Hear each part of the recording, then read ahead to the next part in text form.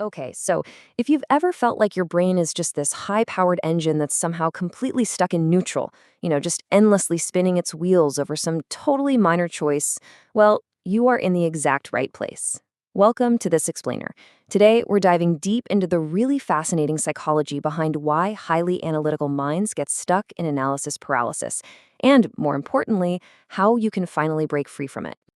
I mean, seriously, have you ever relentlessly checked product reviews, endlessly compared every single option, and pulled up complicated statistics for a $15 spatula? And then, after all that, you still feel completely unsure? It's incredibly frustrating, right? You put in all this massive intellectual effort, yet you feel absolutely no closer to the finish line. To figure out why this actually happens, we're going to ground our explainer today in some truly fantastic source material from Switch On Strengths. And honestly, the very first thing we need to do here is just validate this mindset. We need to be super clear that this deep desire for facts, this need to really truly understand things, is actually an incredibly powerful trait. It is not a flaw, okay? It's a fundamental strength.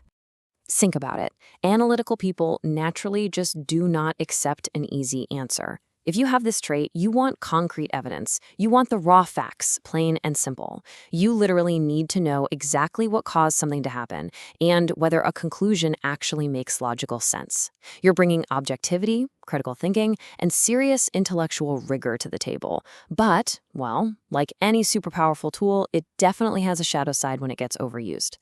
And that brings us right to the harsh reality of our modern world. Look, analytical minds absolutely love information. But here is the massive problem staring us right in the face. Information never ends. It literally just keeps going. And because of that, this search for certainty can so easily turn into an endless, bottomless pit. You can always find just one more review. You can always discover yet another tiny variable to consider. 17. Just imagine you're researching the absolute best laptop to buy, or looking into schools, or maybe analyzing an investment, or trying to book a holiday. You start with one simple little search, and then suddenly, boom, you have 17 browser tabs open. I think we've all been there, right? Just staring blindly at a screen, completely packed with tabs, utterly overwhelmed. It really builds into what we can call this massive mental snowball effect. And it always starts innocently enough. Hey, I need to make a good decision. Perfectly rational. But then it quickly becomes, well, let me just get a little more information. And then that anxiety starts creeping in. Wait, what if I'm missing something crucial? And finally, it's, maybe I should just compare these two options again. Every single answer just spawns another question until researching entirely replaces actually deciding. So, this is exactly where the analytical mind truly gets stuck in the mud. And I want to be very, very clear about this. The problem here is absolutely not that you are thinking. Thinking is your superpower. The actual problem is that your thinking has officially stopped serving the decision you're trying to make. You've fallen headfirst into a hidden trap. And what is that hidden trap? It's a classic false equivalency.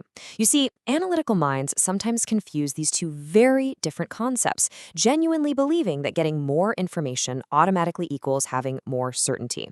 But as our source material brilliantly points out, that is simply not always true. A lot of the time, gathering more information just gives you more variables to juggle, which honestly ends up muddying the waters even further. Which brings us to the seriously mind-blowing paradox. Just think about the heavy irony here for a second. Despite all your intense research, the decision you were originally trying to make hasn't actually gotten any clearer. Instead, you aren't getting a single step closer to a choice. You are just becoming an absolute expert in your own confusion. You now know exactly why every single option is flawed. Okay, so how do we fix this? How do we actually break this exhausting cycle? Well, let's pivot to the practical solution by introducing what I like to call the ultimate circuit breaker question. When you feel that analytical spin starting to take over, just stop and ask yourself right then and there, what piece of information would actually change my decision? If your honest-to-goodness answer is probably nothing, well, then you have officially reached the point of diminishing returns. You already have enough information.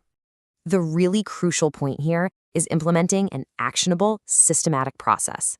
Look, the goal is absolutely not to stop analyzing entirely. That's just not realistic, and frankly, it would rob you of your natural strength. Instead, you just need to set a concrete research limit. You define your decision criteria right at the very start. Then you gather exactly the information you need to meet those specific criteria. And then you just decide. Because at the end of the day, perfection isn't certainty. Let that sink in for a second. This is probably the hardest pill for any analytical mind to swallow. Sometimes that very next piece of information you are so desperately searching for, it simply doesn't exist. You literally cannot research your way out of the fundamental uncertainty of life. But here's the good news. When we establish these healthy boundaries, really applying those core principles from Switch on Strengths, we completely change the game. We transform that analysis from a paralyzing trap right back into your ultimate superpower. A truly healthy analytical person learns which questions are actually worth asking. So, to wrap up our core lesson for today, a healthy analytical person doesn't just abandon evidence, and they definitely don't stop asking questions. Instead, they learn exactly when the evidence they have is sufficient. They don't stop thinking, they just learn exactly when that thinking needs to cross the finish line and become actual action. And that, right there, is the key to thriving.